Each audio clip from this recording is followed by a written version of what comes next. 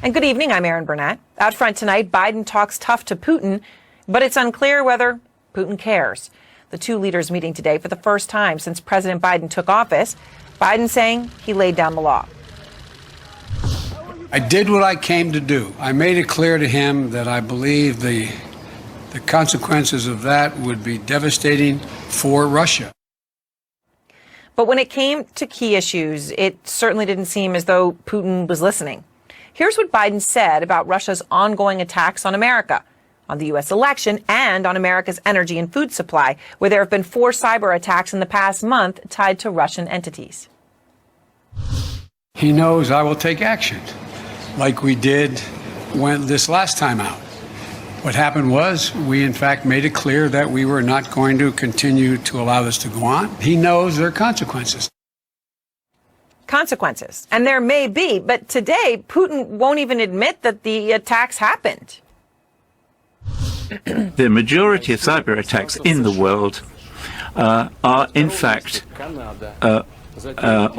on the cyberspace in the US. And then the second place is Canada, and the third is UK. On that list of countries, the cyberspace which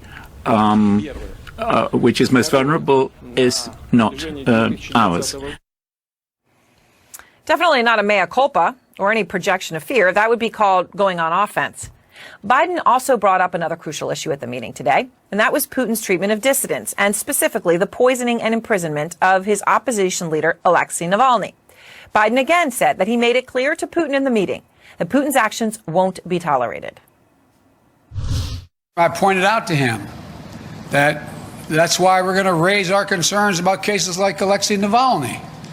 I made it clear to President Putin that we'll continue to raise issues of fundamental human rights, because that's what we are. That's who we are. Putin, though, still won't say Navalny's name, let alone acknowledge any human rights abuses.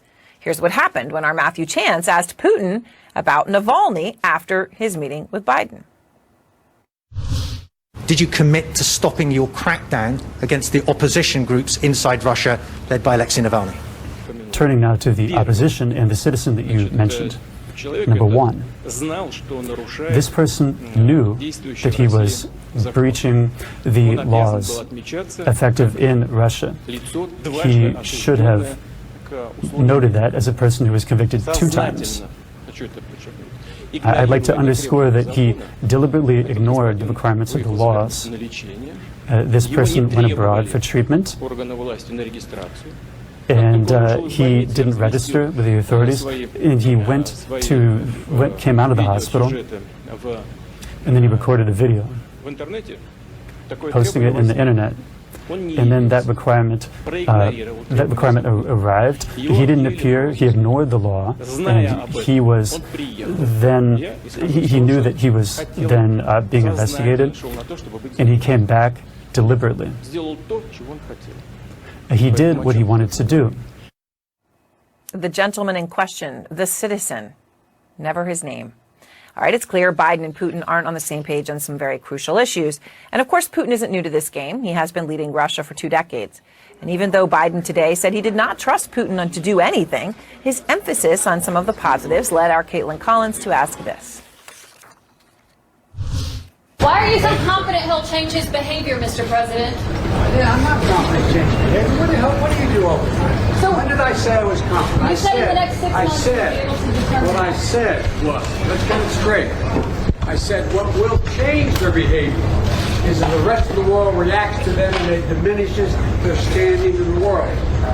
I'm not confident of anything. I'm just stating the fact. But given his past behavior has not changed, and in that press conference after sitting down with you for several hours, he denied any involvement in cyber attacks. He downplayed human rights abuses. He even refused to say Alexei Navalny's name.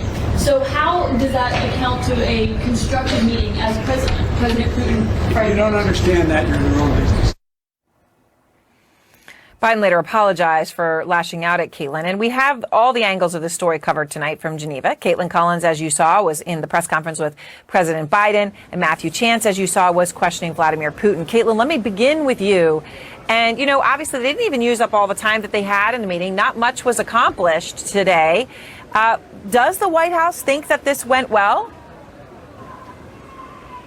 I think they think it went well from a perspective of there were no outcomes that were really surprising to them. That was why you saw such a tightly choreographed summit that happened today. They wanted to make sure everything was essentially by the book, that there were no real surprises, which of course is something that can definitely happen when the Russian president is involved. But the other aspect of that is that they were not expecting any serious deliverables coming out of this, and it doesn't appear that they got them. One thing that the White House did get, which we should know is important and would have been a sign of a pretty tense and bad summit if this had not happened, was the ambassadors to each respective countries will be going back. They had been back in their respective countries for the last several months since tensions had essentially reached a severe height in April. And now that they are going back, that does show that they want to get some kind of diplomatic ball rolling. But when it comes to concrete deliverables coming out of there beyond that, there aren't a ton of those. And I think that is because the White House was realistic about this. They did not think there were going to be a lot of them.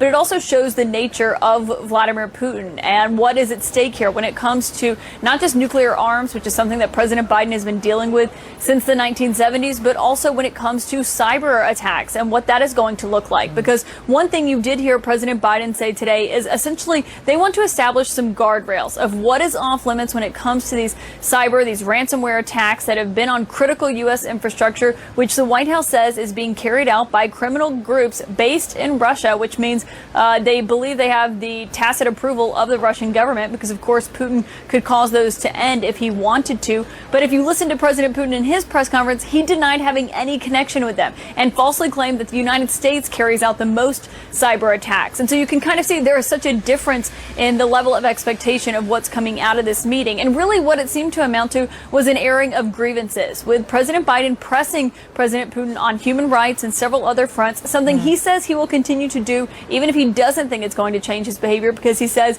he feels it's important for a U.S. president to do that. But he did give this strategic marker, which is what led to my question, saying in 3 to 6 months, that's when he'll be able to know, he believes, if they can have some productive dialogue with Russia. Of course, Putin is someone who has not changed his behavior for past presidents. Whether or not that happens in the future, of course, is a massive unanswered question. All right, Kaitlan, thank you very much. And I want to go to Matthew Chance, who you saw questioning Vladimir Putin today. So, Matthew, does the Kremlin see this as a win? Oh, Aaron, yeah, I think it's a big win. And all Vladimir Putin had to do really was show up here in Geneva, Switzerland, to get that victory. Symbolically, the fact that Vladimir Putin was meeting face to face with President Biden, on the international stage, under the spotlight in that way, it was, hugely respectful for him. It wasn't some meeting on the sidelines of another event. It was a proper full-on presidential summit. I mean, that will play enormously well for his domestic audience and, of course, for everybody around the world, watching this. Vladimir Putin's admirers, potential autocrats around the world be watching this, and he'll get enormous prestige from it. And he got that without giving up anything, really. He didn't back down on any of the key disputes with the United States, whether it's cyber warfare, whether it's to crack down on dissidents at home, or whether it's the threat he poses to his neighbours. So I would say, in total, a big win for the Kremlin.